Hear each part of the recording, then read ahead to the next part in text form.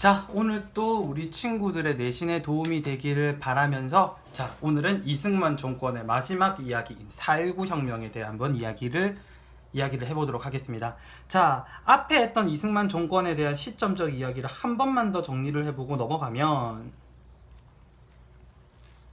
자, 이승만 대통령은 무슨 국회에서? 재헌국회에서 국회의원들이 선거를 했죠. 우리가 그거를 직선이라고 부른다, 간선이라고 부른다. 간선이라고 부른다고 했습니다. 자, 이승만 대통령 때 가장 큰 일이 1950년에 있었던 우리가 알고 있는 무슨 전쟁? 그렇죠. 6.25 전쟁을 기점으로 삼아서 앞에 큰 거 2개, 뒤에 큰 거 2개가 있다고 생각하면 돼요. 6.25 전쟁 이전에 그쵸, 친일파 잡으라고 법 만들었더니 공산당 잡고 있었던 무슨 특위? 반민특위. 그리고 무슨 개혁? 농지개혁 이야기가 나온다고 얘기했고요. 자, 그 다음에 뒤에는 자, 헌법을 2번 개헌한다고 얘기했죠. 핑미 뽑아서 개혁하는 무슨 개헌? 발췌 개헌. 그리고 반올림 논리로 4m로는 죽이고 5m로는 집어넣는다고 얘기하는 그쵸, 4.4.5입 개헌 있다고 이야기했습니다. 그리고 오늘 배우게 될 이승만 정권에 드디어 마침표를 찍게 되는 무슨 혁명에 대한 이야기를 하자. 4.19 혁명에 대한 이야기를 하도록 하겠습니다. 자, 그 전에 우리가 암기를 하나 할 게 있어서 삼촌이랑 암기 한번 해볼게요. 숫자 외우는 거예요. 자, 한번 따라 해볼게요. 4, 5, 6 뭐라고요? 4, 5, 6. 자, 하나만 더 넣어서 외울게요. 4, 6, 5, 6. 어떻게 외우고요? 4, 6, 5, 6. 자, 그럼 숫자 더 붙어서 4, 6, 5, 6, 6, 7, 8. 이렇게 외워볼게요. 4, 6, 5, 6, 6, 7, 8. 자, 어떻게 외우자고요? 자, 4, 6, 5, 6. 뒤에 뭐? 6, 7, 8. 자, 앞에 뭐라고요? 4, 6, 5, 6. 뒤에는 뭐? 6, 7, 8. 자, 갑자기 뭐 멍멍이 소리도 아니고 삼촌이 왜 이런 얘기를 하냐면요, 우리나라 민주화 운동은 정말 특이하게도 무슨 마법의 규칙이 있는 것처럼 10년 주기로 이렇게 민주화 운동이 총 4번 일어나게 되는데, 그거를 한번 정리해보고 넘어가려고 했어요. 4, 6, 5, 6, 6, 7, 8이라고 얘기를 했죠. 4, 6, 5, 6, 6, 7, 8인데 자, 여기 빈칸을 채워볼게요. 1960년대에 오늘 배우게 될 4.19 혁명이 있었고요. 그 다음에 1970년대에 유신체제 반대 운동이 있었습니다. 1980년대에 여러분도 영화를 너무 많이 봐서 유명한 5.18 민주화 운동이 있고요. 그 다음에 1987년, 요거 연도 합치면 되죠. 87년에 몇 월 민주항쟁? 6월 민주항쟁이 발생하게 됩니다. 요게 순서가 요렇게 진행이 되기 때문에 아까 삼촌이 얘기했던 4, 6, 5, 6, 6, 7, 8 요거를 외우고 가자고 얘기를 했습니다. 자, 원인이 되었던 대통령들을 한번 살펴보면요, 지금 배우게 될 4.19 혁명은 누가 원인이 되어서, 자, 요거 말고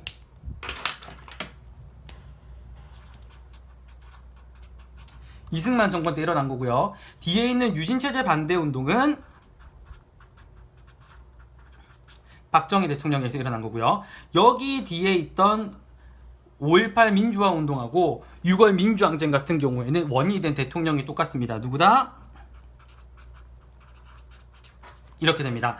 요 세 대통령 같은 경우에는 시험에 굉장히 문제 출제 빈도수가 높은 사람들입니다. 그래서 앞으로 요 부분들 여러분들이 몇 개의 강의로 쪼개져 나올 거고요. 그리고 요 대통령을 제외하고 뒤에 대통령들은 아마 한 강의로 끝을 내게 될 거예요. 거의 대부분 이분들의 지분이 많다고 생각하면 됩니다. 자, 그러면 이승만이 한참 지배를 하고 있던 요 시대의 분위기가 어땠는지 한번 보면요,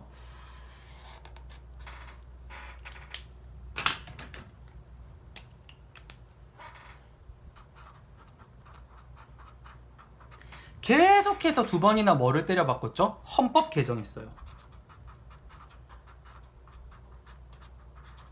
그리고 선거도 탐탁치 않습니다. 또 거기다가 너무나도 오랫동안 장기 집권하죠. 거의 뭐 말할 필요도 없이 독재죠. 그리고 뭐가 감소되면서 미국의 원조가 무상에서 유상으로 바뀌었죠. 경제 침체합니다. 그러면서 일자리가 없는 실업자까지 증가하게 돼요.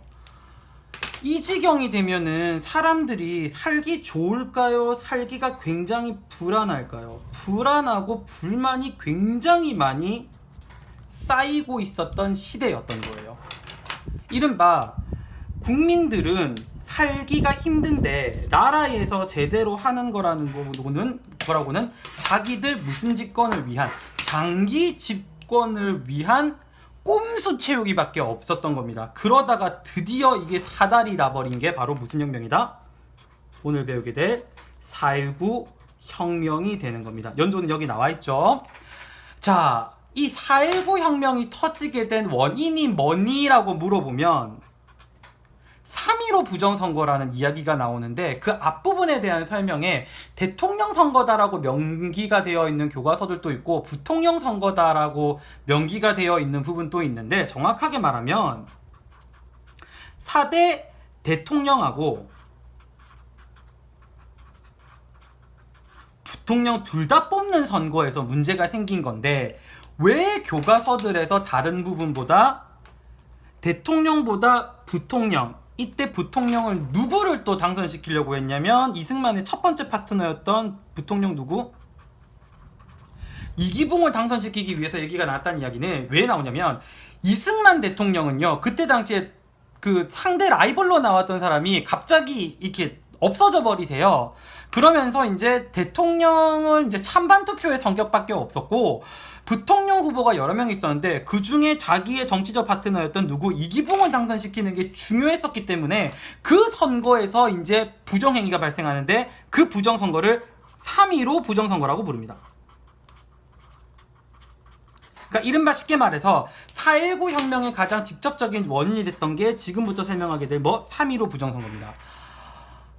정말 별짓을 다 해요. 정치 깡패 동원해서 협박하고요. 그 다음에 그 반대파인 야당이 유세를 하면은 막 그 운동원 테러하고 유세 운동 가서 방해하고 선생님들 동원해가지고 학부모 설득하고요. 투표장에 찍는 데 있잖아요. 막 3명씩 5명씩 조 짜서 들어가고 투표함에다가 막 뭉탱이표 집어넣어가지고 조작을 하고 별짓을 다 해요. 그렇다 보니까 이제 자라나는 학생들이 이 꼴을 눈뜨고 볼 수 있었다, 볼 수 없었다, 볼 수 없어서 학생들이 들고 일어납니다.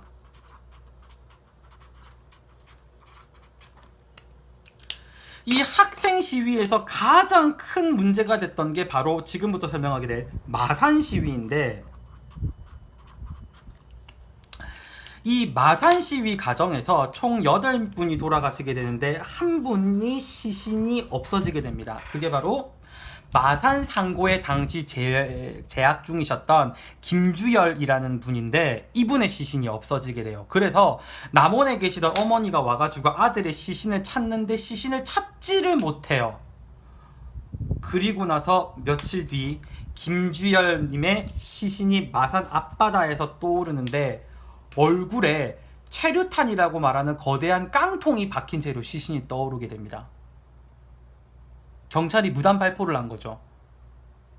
체류탄은 원래 사람들을 흐트러뜨리기 위한 용도지 살상 용도가 아닌데 그거를 사람한테 그냥 직방으로 쏜 거예요. 원래는 위에 높이 떨어뜨려가지고 가스를 터뜨리는 탄인데, 이 김주열 학생님의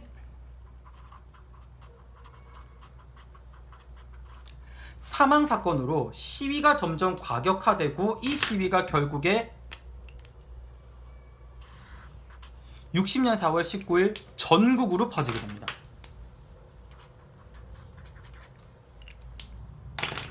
자신들의 권력 유지를 위해서 어린 학생의 그 황금 같은 목숨을 계엄령을 선포해서 꺾어버린 거죠. 전국으로 모든 학생들과 시민들이 들고 일어나게 되는데, 이 이승만 정권은 국가가 정말 위급한 비상시에 군대를 동원해야 되는 명령인 계엄령을 자신의 더러운 짓에 고개를 든 국민들한테 사용을 합니다. 그래서 이때 4.19 시위가 전국 확산되었던 60년 4월 19일을 우리는 뭐라고 표현을 해주냐면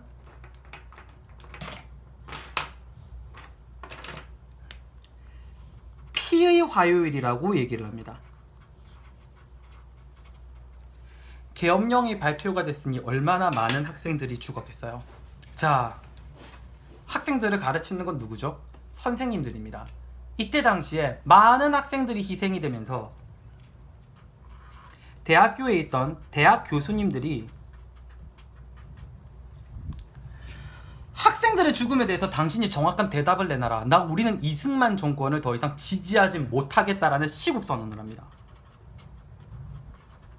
그리고 두 번째, 이대로 갔다가는요, 우리나라 사람들 인식이 민주주의가 좋지 않다라는 인지가 박히게 되면서 자유주의가 엎어지고 사회주의로 갈 위험이 있기 때문에 미국에서 이승만에 대한 해명 요구를 하게 됩니다. 안으로는 국민들의 시위와 대학 교수들의 시국선언, 미국의 프레스까지 들어오게 되자 이승만은 더 이상 자신이 정권을 잡으면 안 된다는 걸 그제서야 알았는지 대통령 자리에서 물러나겠다라는 하야를 하게 됩니다.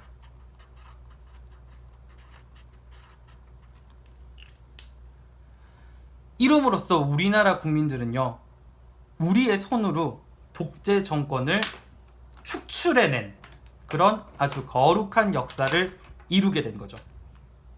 자, 그래서 이 4.19 혁명의 성격에서 가장 중요한 거는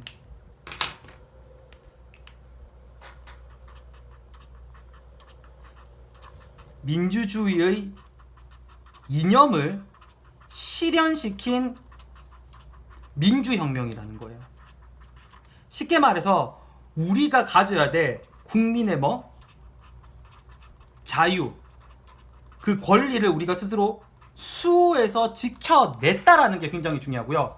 이 4.19 혁명은 우리가 독재 정권이 등장할 때마다 그래, 우리가 이전처럼 싸워서 다시 자유를 찾아낼 수 있어라고 이야기하는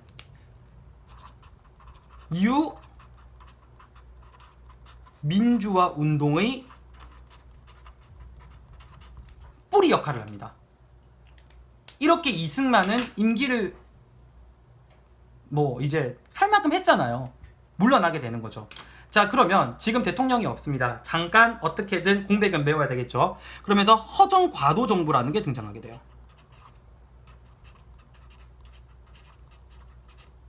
그래서 이 허정 과도 정부에서는 한 가지 결론을 내립니다. 대통령이 힘이 너무 강하면 될까 안 될까? 안 되겠죠. 그래서 첫 번째 내린 결론이 대통령에 대한 권한을 약화시킵니다.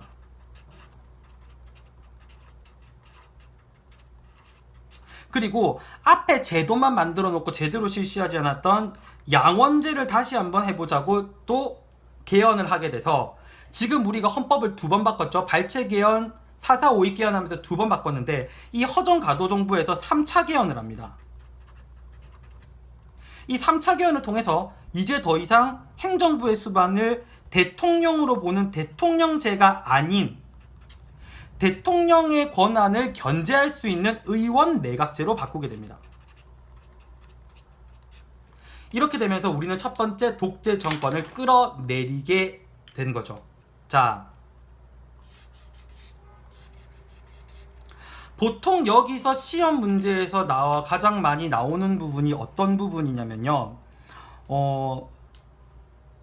전체 상황들을 주고요, 요 단어 자체가 답으로 나오는 경우들이 많아요. 그리고 요 부분에서 조금 설명이 교과서마다 애매모호하게 나올 수가 있기 때문에 요 부분을 삼촌이 설명을 했던 거고, 이 김주열 학생님께서 돌아가신 부분이 꼭 항상 나오니까 꼭 이분의 조남은 우리가 알아두는 게 좋다라고 생각을 합니다. 자, 요 부분 빈칸에서 다시 한 번 더 내용을 정리를 해보고요, 다음 단원 내용으로 가보도록 하겠습니다. 자, 그러면 암기 한번 해보도록 합시다. 자, 위에 나왔던 민주화 운동 시대 외우는 것부터 한번 해볼게요. 4, 6, 5, 6, 6, 7, 8. 4, 6, 5, 6, 6, 7, 8. 이렇게 외우라고 했죠. 자, 그럼 이름 적어볼게요. 4, 6, 5, 6, 6, 7, 8. 이렇게 외우라고 했습니다. 1960년도에 이번에 강의의 주된 내용이 되는 4.19 혁명이 있었고요. 자, 그 다음에 70년도에 유신체제 반대 운동이 있었다고 얘기했고요. 1980년도에 5.18 광주 민주화 운동이 있었고요. 자, 그 다음에 87년도에 몇 월 항쟁이 있었다? 6월 민주화 항쟁이 있었습니다. 민주화 항쟁이 있었습니다. 자, 이게 순서라고 얘기했어요. 자, 그럼 4.19 혁명 한번 봅시다. 자, 4.19 혁명의 원인이 된 게 4대 정부통령 선거에서 자, 부정선거를 했어요. 이걸 우리가 무슨 선거라고 부른다? 그렇죠. 3.15 부정선거를 실시하게 됩니다.